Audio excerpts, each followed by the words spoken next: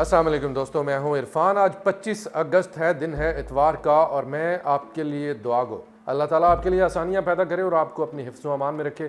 دوستوں، سب سے پہلے آپ کو میں ایک بات بڑے یقین کے ساتھ اور بڑے ثبوت کے ساتھ کہنا چاہتا ہوں۔ بات یہ ہے کہ اسرائیلی ایک عام آدمی سے لے کر ایک ہائی رینکنگ آفیسر تک تمام کے تمام حسن نصر اللہ کی جب سپیچ ہوتی ہے تو اس کو بڑے غور سے سنا جاتا ہے، اس کی ایک ایک بات کو بڑے دھیان سے سنا جاتا ہے۔ اس کے بارے میں بارہا فوٹیجز جو ہیں وہ بھی موجود ہیں کہ اسرائیلی ملٹری بیس وہاں پر ٹی وی لگا اور وہاں پر حسن نصر اللہ کی تقریر چل رہی ہے۔ کیوں؟ کیونکہ ان کو پتہ ہے کہ حسن نصر اللہ جو بات کہتا ہے وہ بالکل درست بات کہتا ہے۔ تمام اسرائیلی اس بات پر یقین رکھتے ہیں کہ حسن نصر اللہ ٹی وی پر آئے گا، ٹی وی پر آ کر ہمیں بتائے گا کہ میں نے یہ کیا تو وہ بات بالکل درست ہوگی۔ اس وقت صورتحال یہ ہے کہ بیروت کے اندر بی بی سی کا نمائندہ موجود ہے اور وہ نمائندہ کہہ رہا ہے کہ اسرائیل کے اندر اتنی زیادہ سینسرشپ ہے، اجازت ہی نہیں ہے کہ وہاں پر جو حزب اللہ نے، جو مجاہدین نے وہاں پر سٹرائک کی ہے، جو تباہی مچائی ہے، جو ملٹری بیسز تباہ کی ہیں، جو سول سٹرکچر، سول انفراسٹرکچر تباہ کیا ہے، اس کی فوٹیج شائع کرے۔ مکمل طور پر بین ہے، ہر طرح کی بین اس پہ لگا ہوا ہے۔ تو اس پر میں آپ کو بتاؤں گا کہ ہیبریو لینگویج میڈیا کیا کہہ رہا ہے۔ ہیبریو لینگویج میڈیا کہہ رہا ہے کہ ہم یہ واضح طور پر یہ ذرا نوٹ کیجئے گا، الفاظ ان کو مارک کر لیجئے گا۔ یہ کہہ رہا ہے کہ ہم نیتن یاہو کو اور سیکیورٹی باڈیز کو کہتے ہیں کہ وہ حسن نصر اللہ کی سپیچ سے پہلے سینسٹیو ٹارگٹس کے بارے میں بتائے تاکہ اسرائیل اپنی ریپوٹیشن کو بچا لے۔ یہ ایک بہت بڑا بیان ہے، بہت بڑا بیان ہے، آپ کو میں بار بار کہہ رہا ہوں۔ اس کی ریزن یہ ہے کہ نقصان اتنا زیادہ ہوا ہے اور اس کو چھپایا جا رہا ہے۔ حزب اللہ نے واضح طور پر اعلان کیا، اس نے کہا کہ میں جو ٹارگٹ میں نے سلیکٹ کیے تھے میں نے ان کو مکمل طور پر اچیو کیا۔ اور ایک اور بات جو پچھلی ویڈیو میں آپ کو بتا رہا ہوں، اب اس کے ثبوت بھی آ گئے، اور وہ بات یہ ہے کہ حزب اللہ نے جان بوجھ کر کچھ ایسے فیک ٹارگٹ سیٹ کیے تاکہ اسرائیل کے جو فائٹر جیٹس جا رہے ہیں وہ جا کر ان فیک ٹارگٹس کو نشانہ بنائیں، اور ان فیک ٹارگٹس کو جب انہوں نے نشانہ بنایا تو اس وقت یہ بحث چل رہی ہے کہ حسن نصر اللہ، حزب اللہ کب اس کی فوٹیج شائع کرے گا کہ فیک ٹارگٹس کو نشانہ بنایا گیا، فیک ٹارگٹس ہیں ان کو تباہ کیا گیا تاکہ اسرائیل کی مزید ذلت اور رسوائی کا باعث بنے یہ فوٹیج۔ اس کے علاوہ حزب اللہ نے کچھ اور فوٹیجز بھی شائع کیا، اور وہ فوٹیجز کیا ہے؟ اس فوٹیج میں کیونکہ حزب اللہ کو پتا تھا کہ یہ تمام کی تمام چیزیں، تمام باتیں جو بتا رہا ہے، جو بھی مطلب اصل صورتحال ہے وہ کوئی نہیں بتائے گا۔ میڈیا تو at least more than 90% media جو وہ ان کے جو اس کے کنٹرول میں اس کا بھی کبھی ثبوت آپ کو دوں گا۔ ایک ایک نیوز چینل کے مالک کا نام اور اس کا اسرائیل سے تعلق آپ کو دکھاؤں گا کہ کیا سین ہے۔ یہ باقاعدہ میں آپ کو ود پروف یہ چیز ثابت کروں گا۔ اچھا، حزب اللہ نے کیا کیا؟ حزب اللہ نے جس بھی ٹارگٹ کو تباہ کیا، جس بھی ٹارگٹ پر حملہ کیا، اس کی فوٹیج بنا لی۔ اب یہ آپ کو ڈیفرنٹ فوٹیجز آپ کو مل جائیں گی، کہیں پر آپ کو اٹیک ہوتا ہوا نظر آئے گا، ایک راکٹ جاتا ہوا نظر آئے گا، اٹیک کرتا ہوا نظر آئے گا۔ ایکس بھرا پڑا ہے، جو social media x plate form ہے وہ بھرا پڑا ہے اس سے، وہاں پر آپ کو بے تحاشا مواد مل جائے گا۔ میں کوشش کرتا ہوں یہاں پر تھوڑی سی فوٹیجز جو ہے وہ آپ کو دکھائی جائے گی، ذرا یہ ویڈیوز دیکھیے گا۔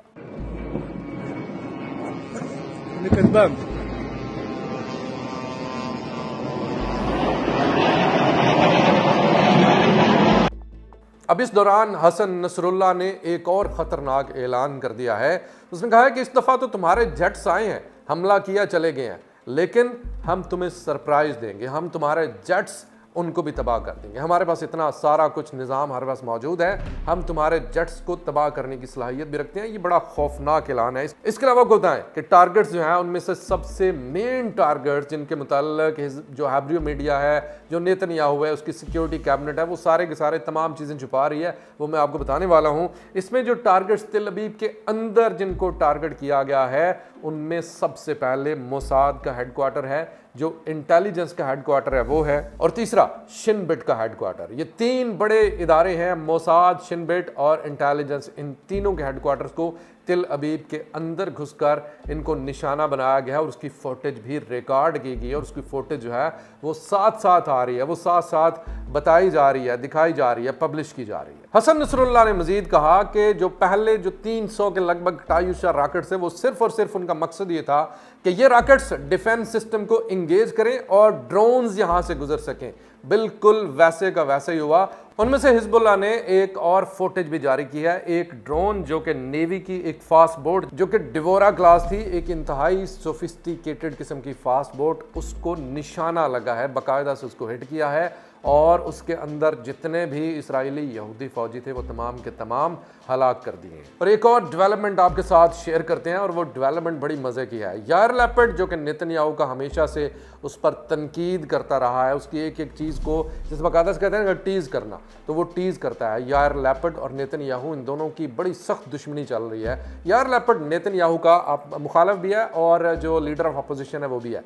यार लैपिड ने एक लेटर लिखा है मीनवाइल आज के दिन ही इस हमले के बाद, और नेतन्याहू से पूछा है कि सिक्योरिटी की सूरत हाल बताओ ज़रा कि क्या सिक्योरिटी की सूरत हाल है, लेकिन अभी तक नेतन्याहू के ऑफिस से कोई लेटर, कोई इंफॉर्मेशन यार लैपिड को नहीं दी गई। और एक और इतला जो मिली है वो ये है कि निहारिया के करीब आयरन डोम को निशाना बनाया गया है, आयरन डोम को मुकम्मल तौर पर तबाह कर दिया गया है, इसकी वीडियो भी रिलीज की गई है। अब इस सिलसिले में एक और जो इतला आ रही है वो आप खबर ज़रा ध्यान से सुनिएगा। वो खबर ये है कि हिजबुल्लाह ने आम तर्ज के रॉकेट इस्तेमाल किए हैं। कटायूशा उनके नज़दीक आम है, कटायूशा से कहीं बेहतर उनके पास मिसाइल्स और रॉकेट्स मौजूद हैं, और ड्रोन्स भी आम तर्ज के ड्रोन जो कि सस्ते वाले ड्रोन्स होते हैं वो यूज़ किए हैं हिजबुल्लाह ने। और यहाँ पर आपको बताऊँ कि हिजबुल्लाह के पास जो कम अज़ कम भी जो सोफिस्टिकेटेड ड्रोन जहाँ से शुरू होते हैं ना, उनमें कम अज़ कम भी शहद 101 ड्रोन है। अब शहद 101 ड्रोन भी हिजबुल्लाह ने इस्तेमाल नहीं किया।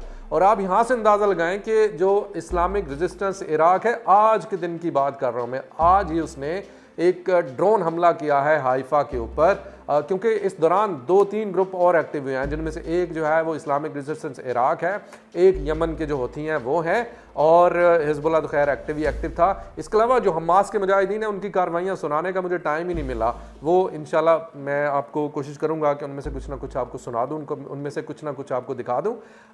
ये जो ड्रोन्स हैं, ये जो आम तर्ज के ड्रोन हैं, ये इस्तेमाल करने का मकसद जानबूझ के उन्होंने इस्तेमाल किया ताकि ज़्यादा से ज़्यादा जो मिसाइल डिफेंस सिस्टम है, जो एयर मिसाइल डिफेंस सिस्टम है, उसको इंगेज किया जाए।